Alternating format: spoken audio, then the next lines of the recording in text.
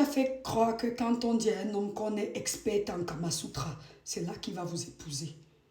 Allez tout dire aux hommes que vous êtes des experts, que vous faites les 10 coups par jour. Allez tout dire. Avant qu'ils te disent qu'il peut te faire ça. Non, j'avais déjà fait, j'ai déjà tellement fait ça. Je maîtrise tous les contours. Avant de dire qu'il peut te sucer ici, oui, on m'avait dit à sucer. Oui, je connais, il faut sucer à gauche, il faut sucer à droite, il faut sucer au milieu. Allez toujours dire ça aux hommes. Et tout fait qu'à la première rencontre, dans le premier jour, vous allez faire là, que tu lui montres toutes les façons de sucer son whey. On balance à gauche et à droite, on suce le trait qui est au milieu de on tourne, on met ici, on met les cristaux sur ça. Et tout le monde, ça, vous croyez que ça fait quoi? Ça montre seulement à l'homme là qui ne doit pas vous épouser. Ça lui montre seulement que vous avez à rouler votre bosse, que vous avez à trop de kilométrage à votre compteur. Ça lui montre déjà seulement que vous êtes rodé jusqu'au trognon, que vous êtes à wépé, comme on ne dit pas ici. Vous croyez que les hommes aiment les experts au lit? Oui, peut-être pour les relations de 2 jours. Hein. Vous pensez qu'un homme veut épouser une femme qui est une zen à la guerrière de l'Antote? Zen à la guerrière du bingo? Allez tout montrer aux hommes que vous avez gagné le championnat olympique de l'Ambinda, de l'Angoun, que vous êtes tout premier. Et vous voulez que lui vous épouse, alors qu'il vient de vous rencontrer, vous connaissez à tout ça. Vous êtes né quand? Vous avez combien de vies? Vous maîtrisez à tout ça. Et les femmes sont même là, elles appellent Michel les cochers. Quand j'ai pris le gars là le premier jour, qualité, je suis montée sur lui comme la spirale, j'ai tourné que... J'ai extrait le jus en 2 secondes. J'ai relancé le deuxième round. Maman, tu penses que tu as fait ça un gars, il va prendre pour aller présenter à sa mère, pour t'épouser.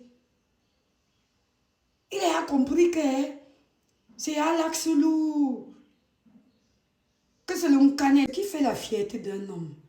C'est de savoir qu'il est le premier à t'apprendre quelque chose. Qu'il est le premier à te faire ressentir un plaisir. Il est conscient que tu as connu d'autres hommes avant lui. Mais il ne veut pas connaître tous les détails. Quand lui te suce quelque part, dis-lui, oh, j'ai ressenti quelque chose vraiment d'extraordinaire aujourd'hui.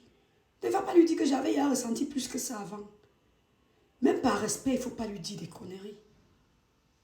Donc arrêtez de faire croire que, en montrant que vous avez un CV de vie sexuelle trop élevé, on va vous aimer plus. C'est plutôt dégoûtant, à la limite même. Si on ne vous le dit pas, sachez-le. D'ores et déjà. Une femme n'est pas censée maîtriser tout au lit, non. Vous voyez les filles de 25 ans qui disent, oh, je sais faire ci, je fais faire ça, je fais faire tout ça. Mais l'homme te regarde et te dit, merde, elle a plus de vie qu'un chat. Je vais amener ça où? Il va encore t'apprendre quoi? Parce que l'homme veut aussi t'apprendre des trucs. Il va être pionnier dans certains trucs quand même. Tu ne peux pas avoir déjà tout fait. Même si tu as fait, ferme ta bouche. Quand un homme te demande quel est ton fantasme, j'avais déjà fait l'amour dans la voiture, j'avais déjà fait dans l'ascenseur, j'avais déjà fait à la plage de sable la nuit, j'avais déjà fait sur un arbre, j'avais déjà fait dans l'avion, j'avais déjà fait ici au restaurant, j'avais déjà fait au-dessus du terrain de golf, j'avais déjà fait. Maman, tu avais déjà fait partout. Lui, il va réaliser alors quel fantasme avec toi encore. Oui, on avait déjà fait à 3. Oui, j'avais déjà fait ci. J'avais fait... Tu as tout dit. En fait, tu as cité tous les fantasmes, y compris ses propres fantasmes qu'il aurait voulu réaliser avec toi. Et tu veux qu'après ça, quand on toque la porte, on te dote, on te légalise, puisqu'on chante par là.